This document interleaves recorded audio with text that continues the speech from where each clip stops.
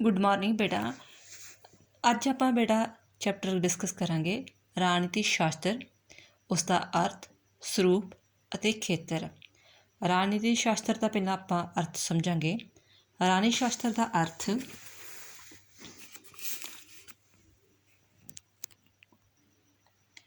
ਰਾਜਨੀਤੀ ਸ਼ਾਸਤਰ ਨੂੰ ਅੰਗਰੇਜ਼ੀ ਵਿੱਚ ਪੋਲੀਟੀਕਲ ਸਾਇੰਸ ਕਿਹਾ ਜਾਂਦਾ ਹੈ, ਜੋ ਕਿ ਯੂਨਾਨੀ ਭਾਸ਼ਾ ਦੇ ਸ਼ਬਦ ਪੋਲਿਸ ਤੋਂ ਬਣਿਆ ਹੈ, ਜਿਸ ਦਾ ਅਰਥ ਕੀ ਸੀ? ਨਗਰ ਰਾਜ। ਕਹਿੰਦਾ ਹੈ ਕਿ ਗ੍ਰੀਕ ਲੋਕ ਜਿਹੜੇ ਹੁੰਦੇ ਸੀ ਉਹ ਨਗਰ ਰਾਜਾਂ 'ਚ ਰਹਿੰਦੇ ਹੁੰਦੇ ਸੀ, ਅਤੇ ਉਸ ਸਮੇਂ ਜਿਹੜਾ ਹੈਗਾ ਸੀ ਉਹ ਨਗਰ ਰਾਜਾਂ ਨੂੰ ਹੀ ਜਿਹੜਾ ਹੈਗਾ ਉਹਨਾਂ ਦਾ ਅਧਿਐਨ ਕਰਨ ਲਈ ਰਿਲੇਟਡ ਜਿਹੜੀ ਕਿਤਾਬ ਲਿਖੀ ਜਾਂਦੀ ਸੀ ਜਾਂ ਅਧਿਐਨ ਕੀਤਾ ਜਾਂਦਾ ਸੀ, ਉਸ ਨੂੰ ਪੋਲਿਟਿਕਸ ਕਿਹਾ ਜਾਂਦਾ ਸੀ। ਬਟ ਅੱਜ ਨਗਰ ਰਾਜਾਂ ਦੀ ਥਾਂ 'ਤੇ ਕੀ ਆ? ਅੰਤਰਰਾਸ਼ਟਰੀ ਰਾਜ ਆ ਗਏ ਆ, ਰਾਸ਼ਟਰੀ ਰਾਜ ਆ ਗਏ ਆ। ਇਸ ਕਰਕੇ ਜਿਹੜੇ ਕੀ ਆ, ਜਦੋਂ ਆਪਾਂ ਰਾਸ਼ਟਰੀ ਰਾਜਾਂ ਦਾ ਅਧਿਐਨ ਕਰਦੇ ਹਾਂ ਤਾਂ ਉਸ ਨਾਲ ਰਿਲੇਟਡ ਜਿਹੜੇ ਅਧਿਐਨ ਦੇ ਵਿਸ਼ੇ ਨੂੰ ਆਪਾਂ ਰਾਜਨੀਤੀ ਸ਼ਾਸਤਰ ਕਹਿ ਦਿੰਦੇ ਹੈਗੇ ਆ। ਠੀਕ ਹੈ, ਇਸ ਦਾ ਅਰਥ ਹੋ ਗਿਆ। ਫਿਰ ਰਾਜਨੀਤੀ ਸ਼ਾਸਤਰ ਤੋਂ ਭਾਵ ਕੀ ਹੈ? ਕਹਿੰਦਾ ਜਿਹੜੇ ਪਰੰਪਰਾਵਾਦੀ ਦ੍ਰਿਸ਼ਟੀਕੋਣ ਆ ਉਹ ਕਹਿੰਦੇ ਆ ਕਿ ਸਿਰਫ ਰਾਜ ਅਤੇ ਸਰਕਾਰ ਦਾ ਜਿਹੜਾ ਅਧਿਐਨ ਆ, ਭਾਵ ਜਸਟ ਓਨਲੀ ਰਸਮੀ ਸੰਸਥਾਵਾਂ ਕਾਰਜਪਾਲਿਕਾ, ਵਿਧਾਨਪਾਲਿਕਾ, ਨਿਆਂਪਾਲਿਕਾ, ਸਰਕਾਰਾਂ ਜਿਹੜੀਆਂ ਵੀ ਹੋ ਗਈਆਂ, ਠੀਕ ਆ, ਉਹਨਾਂ ਦੇ ਅਧਿਐਨ ਕਰਨਾ ਹੀ ਜਿਹੜਾ ਹੈਗਾ ਰਾਜਨੀਤੀ ਸ਼ਾਸਤਰ ਆ। ਬਟ ਜਿਹੜੇ ਆਧੁਨਿਕ ਵਿਦਵਾਨ ਵਾ ਉਹ ਕਹਿੰਦੇ ਕਿ ਹਰ ਉਹ ਗਤੀਵਿਧੀ, ਠੀਕ ਹੈ, ਹਰ ਉਹ ਐਕਟੀਵਿਟੀ ਜਿਸ ਦਾ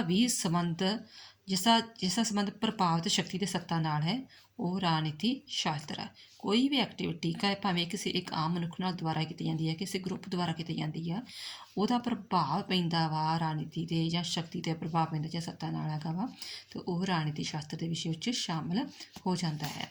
ਅਤੇ ਪਰਿਭਾਸ਼ਾ ਕਰਾਂਗੇ ਆਪਾਂ।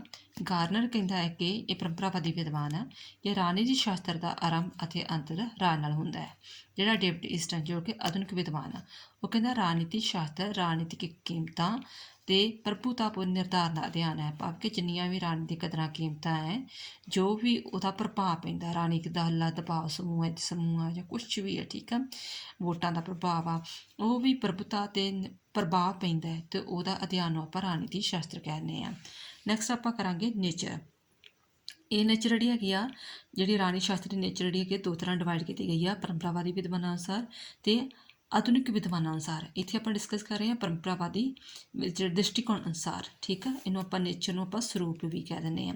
ਫਸਟ ਆਫ ਆਲ ਹੈਗਾ ਆਦਰਸ਼ਮਈ ਅਧਿਐਨ। ਜਿਹੜੇ ਪਰੰਪਰਾਵਾਦੀ ਵਿਦਵਾਨ ਸੀ, ਠੀਕ ਹੈ, ਉਹ ਰਾਜਨੀਤੀ ਸ਼ਾਸਤਰ ਦੀ ਕਹਿੰਦਾ ਸਭ ਤੋਂ ਪਹਿਲਾਂ ਇਹ ਲਾਈਨ ਬੇਟਾ ਬਾਰ-ਬਾਰ ਰਿਪੀਟ ਹੋਣੀ ਆ ਹਰ ਇੱਕ ਪੁਆਇੰਟ ਦੇ ਉੱਤੇ। ਰਾਜਨੀਤੀ ਸ਼ਾਸਤਰ ਦੀ ਮੁੱਖ ਵਿਸ਼ੇਸ਼ਤਾ ਇਹ ਹੈ ਕਿ ਇਹ ਆਦਰਸ਼ਵਾਦੀ ਅਧਿਐਨ ਹੈ। ਤੁਸੀਂ ਪੁਆਇੰਟ ਨੂੰ ਹੀ ਐਕਸਪਲੇਨ ਪਹਿਲਾਂ ਕਰ ਲੈਣਾ, ਪੁਆਇੰਟ ਦੀ ਲਾਈਨ ਨੂੰ ਹੀ, ਠੀਕ ਹੈ। ਇਹ ਜਿਹੜੇ ਪਰੰਪਰਾਵਾਦੀ ਪੁਰਾਣੇ ਵਿਦਵਾਨ ਵਾ, ਠੀਕ ਆ, ਹਮੇਸ਼ਾ ਹੀ ਭਵਿੱਖ ਲਈ ਵਧੇਰੇ ਚਿੰਤਤ ਰਹਿੰਦੇ ਸੀ ਕਿ ਜਿਹੜੀ ਆਪਾਂ ਸਰਕਾਰ ਅਪਣਾਈ ਆ, ਲੋਕਤੰਤਰੀ ਆ ਜਾਂ ਤਾਨਾਸ਼ਾਹੀ ਆ, ਜਾਂ ਵਿਧਾਨਪਾਲਿਕਾ ਅਪਣਾਈ, ਕਾਰਜਪਾਲਿਕਾ ਅਪਣਾਈ ਆ, ਉਹ ਭਵਿੱਖ ਵਿੱਚ ਕਿਹੋ ਜਿਹੀ ਹੋਏਗੀ, ਜਾਂ ਜਿਹੜਾ ਅਸੀਂ ਰਾਜਾ ਚੁਣਿਆ ਉਹ ਭਵਿੱਖ ਵਿੱਚ ਕਿਹੋ ਜਿਹੇ ਕੰਮ ਕਰੇਗਾ, ਉਹ ਲਈ ਚਿੰਤਤ ਰਹਿੰਦੇ ਸੀ। ਅਤੇ ਕੁਛ ਵਿਸ਼ੇਸ਼ ਕਦਰਾਂ ਕੀਮਤਾਂ ਨੂੰ ਅਪਣਾ ਕੇ ਜਿਹੜੀਆਂ ਰਾਜਨੀਤਿਕ ਸੰਸਥਾਵਾਂ ਵਾ, ਕਾਰਜਪਾਲਿਕਾ, ਵਿਧਾਨਪਾਲਿਕਾ, ਨਿਆਂਪਾਲਿਕਾ, ਉਹਨਾਂ ਲਈ ਕੁਝ ਜਿਹੜੇ ਕਿ ਸਿਧਾਂਤ, ਪ੍ਰਿੰਸੀਪਲ ਜਿਹੜੇ ਹੈਗੇ ਡਿਫਾਈਨ ਕਰਦੇ ਸੀ ਕਿ ਇਹਨਾਂ ਨੂੰ ਇਹੋ ਚੀਜ਼ਾਂ ਫੋਲੋ ਕਰਨੀਆਂ ਚਾਹੀਦੀਆਂ ਹੈਗੀਆਂ। ਨੈਕਸਟ ਹੈਗਾ ਕਾਨੂੰਨੀ, ਰਸਮੀ ਅਤੇ ਸੰਸਥਾਤਮਕ ਅਧਿਐਨ।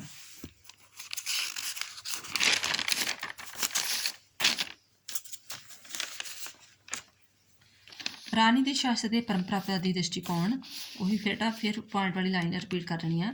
ਰਾਜਨੀਤੀ ਸ਼ਾਸਤਰ ਦੇ ਪਰੰਪਰਾਵਾਦੀ ਦ੍ਰਿਸ਼ਟੀਕੋਣ ਦੇ ਸਮਰਥਕਾਂ ਦੁਆਰਾ ਰਾਜਨੀਤਿਕ ਸੰਸਥਾਵਾਂ ਦੇ ਕਾਨੂੰਨੀ, ਰਸਮੀ ਅਤੇ ਸੰਸਥਾਤਮਕ ਦਾ ਅਧਿਐਨ ਕੀਤਾ ਹੈ। ਅਤੇ ਕਹਿੰਦਾ ਕਿ ਉਹ ਰਾਜ ਦੀ ਬਣਤਰ ਬਾਰੇ, ਉਹਦਾ ਜਨਮ ਕਿੱਦਾਂ ਹੋਇਆ, ਉਹਦਾ ਵਿਕਾਸ ਕਿਵੇਂ ਹੋਇਆ, ਉਹਦਾ ਤੱਤ ਕੀ ਹੈ, ਇਸ ਦੇ ਕੰਮ ਕੀ ਕਰਦੇ, ਉਹਦਾ ਐਨਾਲਾਈਸਿਸ, ਵਿਸ਼ਲੇਸ਼ਣ ਕਰਦੇ ਹਨ।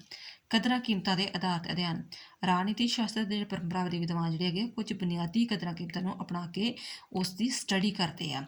ਜਿਵੇਂ ਕਿ ਉਹ ਮੰਨਦੇ ਆ ਕਿ ਲੋਕਤੰਤਰੀ ਸਰਕਾਰ, ਕਹਿੰਦਾ ਉਹ ਸਭ ਤੋਂ ਵਧੀਆ ਸਰਕਾਰ ਹੁੰਦੀ ਹੈ ਕਿਉਂਕਿ ਉਹ ਲੋਕਾਂ ਦੀ ਭਲਾਈ ਕਰਦੀ ਹੈ। ਇਸ ਕਰਕੇ ਇਸੇ ਚੀਜ਼ ਨੂੰ ਧਿਆਨ ਵਿੱਚ ਰੱਖ ਕੇ ਆਧਾਰ ਬਣਾ ਕੇ ਉਹ ਲੋਕਤੰਤਰੀ ਜਿਹੜੇ ਦੇਸ਼ਾਂ 'ਚ ਲੋਕਤੰਤਰੀ ਸਰਕਾਰ ਹੈਗੀਆਂ ਉਹਨਾਂ ਦੀ ਪਰਖ ਕਰਦੇ ਹੈਗੇ ਆ। ਨੈਕਸਟ ਹੈਗਾ ਵਰਣਾਤਮਕ ਅਧਿਐਨ, ਜਾਣੀ ਕਿ ਬਹੁਤ ਜ਼ਿਆਦਾ ਐਕਸਪਲੇਨ ਕਰਦੇ ਆ ਹਰੇਕ ਚੀਜ਼ ਨੂੰ। ਰਾਜਨੀਤੀ ਸ਼ਾਸਤਰ ਨਾਲ ਸੰਬੰਧਿਤ ਪਰੰਪਰਾਵਾਦੀ ਦ੍ਰਿਸ਼ਟੀਕੋਣ ਦਾ ਅਧਿਐਨ ਜਿਹੜਾ ਹੈਗਾ ਵਾ ਉਹ ਵਰਣਾਤਮਕ ਹੈ, ਜਿਵੇਂ ਕਿ ਉਹਨਾਂ ਦੀਆਂ ਰਸਮੀ ਸੰਸਥਾਵਾਂ ਦਾ ਇਤਿਹਾਸ ਕੀ ਸੀ, ਕੰਮ ਕੀ ਕਰਦੀਆਂ ਵਾ, ਖੇਤਰ ਕੀ ਆ, ਉਹਨਾਂ ਦਾ ਬਹੁਤ ਜ਼ਿਆਦਾ ਵਿਸਤਾਰਪੂਰਵਕ ਵਰਣਨ ਕਰਦੇ ਆ। ਨੈਕਸਟ ਹੈਗਾ ਇੱਕ ਹੀ ਵਿਸ਼ੇ 'ਤੇ ਹਮੇਸ਼ਾ ਜ਼ਿਆਦਾ ਜ਼ੋਰ ਦਿੰਦੇ ਆ। ਉਹਨਾਂ ਦੀ ਜਿੰਨੀਆਂ ਵੀ ਆਪਾਂ ਕਿਤਾਬਾਂ ਪੜ੍ਹ ਲੈਂਦੇ ਹਾਂ ਤਾਂ ਉਹਨਾਂ 'ਤੇ ਇੱਕ ਹੀ ਵਿਸ਼ੇ 'ਤੇ ਜ਼ਿਆਦਾ ਜ਼ੋਰ ਦਿੱਤਾ ਹੁੰਦਾ ਹੈ, ਜਿਵੇਂ ਕਿ ਅਮਰੀਕਾ ਅਤੇ ਇੰਗਲੈਂਡ, ਖਾਸ ਕਰਕੇ ਅਮਰੀਕਾ, ਇੰਗਲੈਂਡ ਤੇ ਫਰਾਂਸ, ਇਹਨਾਂ ਤਿੰਨਾਂ ਦੇਸ਼ਾਂ ਦੀ ਜਿਹੜੀ ਹੈਗੀ ਆ ਸਿਸਟਮ ਆ ਸੰਵਿਧਾਨਕ ਪ੍ਰਣਾਲੀ, ਉਹਨਾਂ ਬਾਰੇ ਜ਼ਿਆਦਾ ਵਰਣਨ ਕੀਤਾ ਗਿਆ ਹੁੰਦਾ ਹੈ।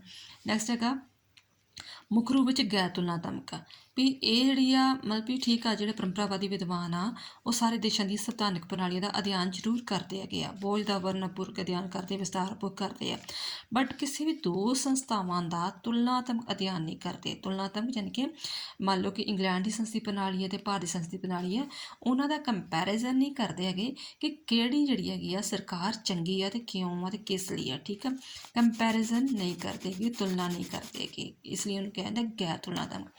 ਨੈਕਸਟ ਹੈਗਾ ਖੇਤਰੀ ਰਾਜ ਦੀ ਧਾਰਨਾ, ਕਹਿੰਦਾ ਹਾਬਸ, ਲਾਕ ਆਦਿ ਵਿਦਵਾਨਾਂ ਦੁਆਰਾ ਖੇਤਰੀ ਰਾਜ ਦੀ ਧਾਰਨਾ ਦਾ ਸਪਸ਼ਟ ਵਰਣਨ ਕੀਤਾ ਗਿਆ ਹੈ, ਵੀ ਉਹਨਾਂ ਨੇ ਦੱਸਿਆ ਕਿ ਕਿਵੇਂ ਕਿਵੇਂ ਜਿਹੜਾ ਰਾਜ ਕਿਹਨੂੰ ਕਿਹਾ ਜਾਂਦਾ ਹੈਗਾ ਵਾ, ਅਤੇ ਉਹਨਾਂ ਨੇ ਕਹਿੰਦਾ ਉਹਨੇ ਦੱਸਿਆ ਵਾ ਕਿ ਰਾਜ ਇੱਕ ਕੀ ਹੈ ਨਿਸ਼ਚਿਤ ਖੇਤਰ ਆ, ਰਾਜ ਨੂੰ ਡਿਫਾਈਨ ਕੀਤਾ, ਰਾਜ ਨੂੰ ਡੈਫੀਨੇਸ਼ਨ ਦਿੱਤੀ ਹੋਈ ਆ ਕਿ ਰਾਜ ਕੀ ਇੱਕ ਖੇਤਰ ਨਿਸ਼ਚਿਤ ਖੇਤਰ ਵਾ ਹੈ, ਜਿਹੜੇ ਨਿਸ਼ਚਿਤ ਖੇਤਰ ਵਾ ਅਤੇ ਉੱਥੇ ਕੋਈ ਲੋਕ ਵਸੇ ਹੁੰਦੇ ਹਨ, ਠੀਕ ਹੈ, ਜਿਸ ਦੀ ਆਪਣੀ ਸਰਕਾਰ ਹੁੰਦੀ ਹੈ ਅਤੇ ਉਹਨਾਂ ਕੋਲ ਇੱਕ ਸ਼ਕਤੀ ਹੁੰਦੀ ਹੈ। ਰਾਜ ਬਾਰੇ ਉਹਨੇ ਡਿਫਾਈਨ ਕੀਤਾ ਕਿ ਉਹਦੇ 4 ਤੱਤ ਪਾਏ ਜਾਂਦੇ ਆ। ਫਿਰ ਰਾਜ ਤੇ ਸਮਾਜ ਤੇ ਸਰਕਾਰ ਵਿੱਚ ਵੀ ਅੰਤਰ ਕਰਦੇ ਆ, ਕਹਿੰਦੇ ਜਿਹੜੇ ਰਾਜਨੀਤੀ ਸ਼ਾਸਤਰ ਦੇ ਪਰੰਪਰਾਵਾਦੀ ਵਿਦਵਾਨ ਆ ਉਹ ਰਾਜ, ਸਮਾਜ ਤੇ ਸਰਕਾਰ ਵਿੱਚ ਵੀ ਅੰਤਰ ਕਰਦੇ ਆ। ਕਿਵੇਂ ਕਹਿੰਦੇ ਰਾਜ ਕੋਲ ਤੇ 4 ਤੱਤ ਹੁੰਦੇ ਆ, ਬਟ ਸਮਾਜ ਵਿੱਚ ਜਸਟ ਲੋਕ ਪਾਏ ਜਾਂਦੇ ਆ, ਤੇ ਸਰਕਾਰ ਕੀ ਆ ਰਾਜ ਦਾ ਇੱਕ ਜਸਟ ਅੰਗ ਵਾ, ਠੀਕ ਆ, ਜਿਹਦਾ ਮਤਲਬ ਵੀ ਰਾਜ ਦੀਆਂ ਇੱਛਾਵਾਂ ਦਾ ਪ੍ਰਗਟਾਵਾ ਕਰਦੀ ਹੈਗੀ ਆ। ਨੈਕਸਟ ਹੈਗਾ ਲੋਕਤੰਤਰੀ ਸਿਧਾਂਤਾਂ ਦਾ ਵਿਕਾਸ, ਕਹਿੰਦਾ ਕਿ ਜਿਹੜੇ ਪਰੰਪਰਾਵਾਦੀ ਵਿਦਵਾਨ ਆ ਉਹਨਾਂ ਦੀ ਬਹੁਤ ਵੱਡੀ ਦੇਣ ਹੈ ਕਿ ਉਹਨੇ ਲੋਕਤੰਤਰੀ ਜਿਹੜੀ ਆ ਸਿਧਾਂਤਾਂ ਦਾ ਜਿਹੜਾ ਵਿਕਾਸ ਕੀਤਾ। ਕਿਵੇਂ, ਜਿਵੇਂ ਰੂਸੋ ਨੇ ਜਿਹੜਾ ਹੈਗਾ ਸੀ ਹਰਮਨ ਪਿਆਰੀ ਪ੍ਰਭੂਸੱਤਾ ਦਾ ਸਿਧਾਂਤ ਨੂੰ ਵਿਕਾਸ ਕੀਤਾ, ਮਾਂਟਸਕੀਓ ਨੇ ਜਿਹੜੇ ਕਿ ਸ਼ਕਤੀ ਦੇ ਵੰਡ ਦਾ ਸਿਧਾਂਤ ਦਾ ਅਧਿਐਨ ਕੀਤਾ, ਲਾਸਕੀ ਨੇ ਜਿਹੜਾ ਹੈਗਾ ਸੀ ਕਲਿਆਣਕਾਰੀ ਰਾਜ ਦੀ ਧਾਰਨਾ ਦਾ ਵਿਕਾਸ ਕੀਤਾ, ਅਤੇ ਇਹ ਆਪਣੇ ਲੋਕਤੰਤਰ ਸਿਧਾਂਤਾਂ ਦੀ ਬੁਨਿਆਦ ਆ ਜਿਹੜੇ ਵੀ ਇਹਨਾਂ ਨੇ ਸਿਧਾਂਤ ਦਿੱਤੇ ਹੈਗੇ ਆ।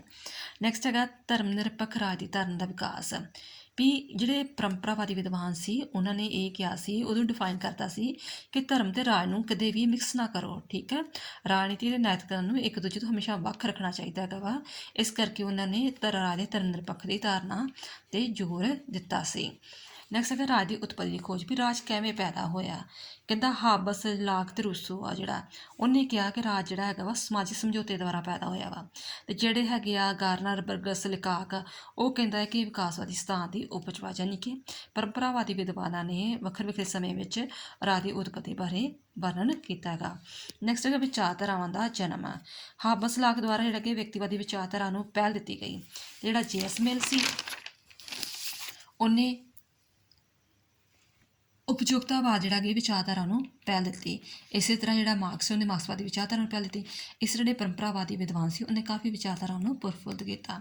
ਸਿੱਟਾ, ਉੱਪਰ ਲਿਖੇ ਵਿਚਾਰਾਂ ਨੂੰ ਪੜ੍ਹਨ ਪਿੱਛੋਂ ਆਪਾਂ ਇਸ ਸਿੱਟੇ 'ਤੇ ਪਹੁੰਚਦੇ ਹਾਂ ਕਿ ਪਰੰਪਰਾਵਾਦੀ ਦ੍ਰਿਸ਼ਟੀਕੋਣ ਅਨੁਸਾਰ ਰਾਜਨੀਤੀ ਸ਼ਾਸਤਰ ਕੀ ਇੱਕ ਆਦਰਸ਼ਮਈ ਅਧਿਐਨ ਆ, ਜਿਸ ਕਰਕੇ ਇਸ ਨੂੰ ਆਦਰਸ਼ਮਈ ਵਿਗਿਆਨ ਵੀ ਕਿਹਾ ਜਾਂਦਾ ਹੈ। ਇਹਨਾਂ ਦੁਆਰਾ ਰਾਜ, ਸਰਕਾਰ, ਸਮਾਜ ਵਿੱਚ ਅੰਤਰ ਕੀਤਾ ਗਿਆ ਹੈ ਅਤੇ ਲੋਕਤੰਤਰੀ ਵਿਕਾਸ ਦਾ ਵਿੱਚ ਯੋਗਦਾਨ ਦਿੱਤਾ ਹੈ। ਆਈ ਹੋਪ ਤੁਹਾਨੂੰ ਜਿਹੜੇ ਹੈਗੇ ਆ ਇਸ ਦਾ ਮੀਨਿੰਗ, ਡੈਫੀਨੇਸ਼ਨ ਅਤੇ ਜਿਹੜਾ ਹੈਗਾ ਵਾ ਇਸ ਦਾ ਨੇਚਰ ਪਰੰਪਰਾਵਾਦੀ ਵਿਦਵਾਨਾਂ ਅਨੁਸਾਰ ਜਿਹੜੀ ਇਸ ਦੀ ਨੇਚਰ ਜਾਂ ਸਰੂਪ ਕਹਿ ਲਓ ਇਹਦੀ ਸਮਝ ਆ ਗਈ ਹੋਵੇਗੀ, ਬਟ ਫਿਰ ਵੀ ਨਾ ਸਮਝ ਆਏ ਤਾਂ ਤੁਸੀਂ ਦੱਸ ਸਕਦੇ ਹੈਗੇ ਹੋ। ਹੁਣ ਬੇਟਾ ਫਿਰ ਇੱਕ ਵਾਰੀ ਮੈਂ ਇਸ ਦੀ ਜਿਹੜੀ ਹੈਗੀ ਆ ਨੋਟਸ ਦੁਬਾਰਾ ਤੋਂ ਸੈਂਡ ਕਰ ਰਹੀ ਹਾਂ, ਇਸ ਨੂੰ ਆਪਣੀ ਨੋਟਬੁੱਕ 'ਤੇ ਲਿਖ ਲਿਓ ਅਤੇ ਚੰਗੀ ਤਰ੍ਹਾਂ ਯਾਦ ਕਰ ਲਿਓ।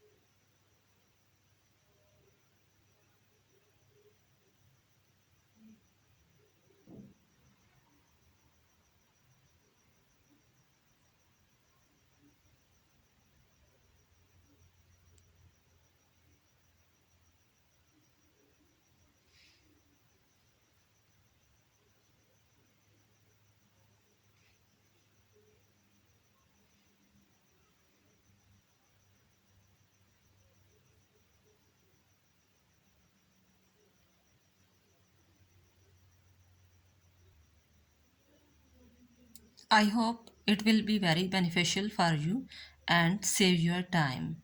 Thanks.